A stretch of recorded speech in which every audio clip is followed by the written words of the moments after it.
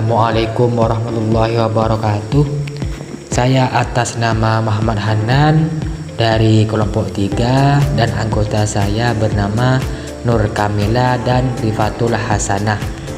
Saya di sini akan sedikit memaparkan materi tentang memahami perkembangan jiwa keagamaan pada anak dan remaja.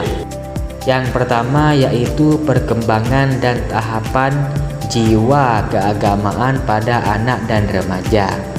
Menurut Zakiyah Darajat, membagi perkembangan pengalaman religius menjadi 2 tahap. Yang pertama yaitu pada masa remaja awal 12 sampai 18 tahun. Terdapat subtahap negatif di mana mereka menunjukkan sikap skeptis terhadap agama akibat melihat hipokrisi orang religius. Jadi, masa remaja awal 12 sampai 18 tahun ini, remaja itu lebih cenderung terhadap pemikiran negatif. Mereka meragukan agama bukan untuk menjadi agnostik atau ateis. Yang dimaksud agnostik itu orang yang meragukan tentang keberadaan Tuhan. Dan yang dimaksud ateis itu orang yang sama sekali tidak percaya tentang keberadaan Tuhan, tetapi untuk menginginkan makna dan kebebasan dalam keputusan religiusnya. Pemikiran mengenai Tuhan menjadi kacau akibat berbagai konsep yang saling bertentangan, dan pengalaman spiritual mereka cenderung diwarnai kecemasan, menjauhkan diri dari ritual yang dulunya dijalani. Dan yang kedua yaitu pada masa remaja akhir. Pada masa remaja akhir, sikap mereka cenderung positif seiring dengan kematangan intelektual. Jadi pemikiran masa remaja akhir ini lebih cenderung kepada pemikiran yang positif.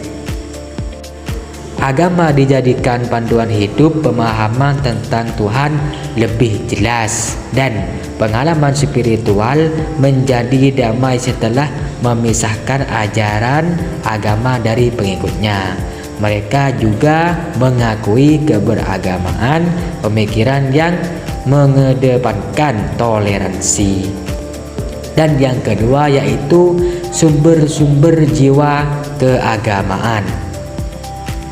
Prinsip sumber iman spiritual, sifat manusia adalah beribadah dan berserah diri kepada Tuhan Yang Maha Esa sebagai pemegang kekuasaan tertinggi. Ada beberapa teori untuk menjawab pertanyaan tersebut, yaitu yang pertama teori monetika dan yang kedua teori pendidikan. Ide keagamaan dan yang ketiga yaitu bentuk dan sifat keagamaan. Ide keagamaan pada diri anak secara umum bersifat otoritarius. Maksudnya ide dasar atau konsep agama mereka dipengaruhi faktor dari luar diri mereka. Menurut Jalaluddin Rahmat dalam bukunya Psikologi Agama membagi bentuk dan sifat agama pada diri anak dibagi menjadi beberapa hal. Yang pertama yaitu unreflektif. Yang dimaksud unreflektif dalam penelitian tentang sejumlah konsep ketuhanan pada diri anak, 73% mereka menganggap Tuhan itu bersifat seperti manusia. Anggapan mereka terhadap ajaran agama dapat saja mereka terima dengan tanpa kritik. Dan yang kedua yaitu egosentris. Yang dimaksud egosentris yaitu anak memiliki kesadaran akan diri sendiri sejak tahun pertama usia perkembangannya dan akan berkembang sejalan dengan pertambahan pengalamannya.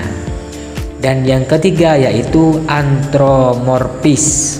Yang dimaksud antropomorfis pada dasarnya hal ini berkaitan konsep keagamaan, konsep mengenai ketuhanan pada anak berasal dari hasil pengalaman anak saat berhubungan dengan orang di sekitarnya.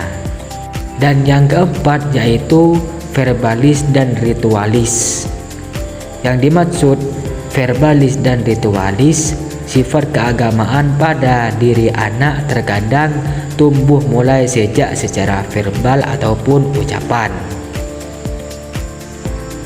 Dari mereka mulai menghafal kalimat-kalimat tentang agama dan juga menghafal amaliyah agama yang diajarkan kepadanya. Dan yang kelima yaitu imitatif. Yang dimaksud imitatif, anak dalam beragama dominan meniru apa-apa yang telah anak lihat di sekitar lingkungannya, entah berupa pembiasaan ataupun pengajaran intensif. Sekian presentasi dari kelompok kami. Jika ada kesalahan, mohon dibicarakan baik-baik, bukan malah pergi mencari yang lebih baik. Hidup sendiri tanpa kekasih. Sekian dan terima kasih. Wassalamualaikum warahmatullahi wabarakatuh.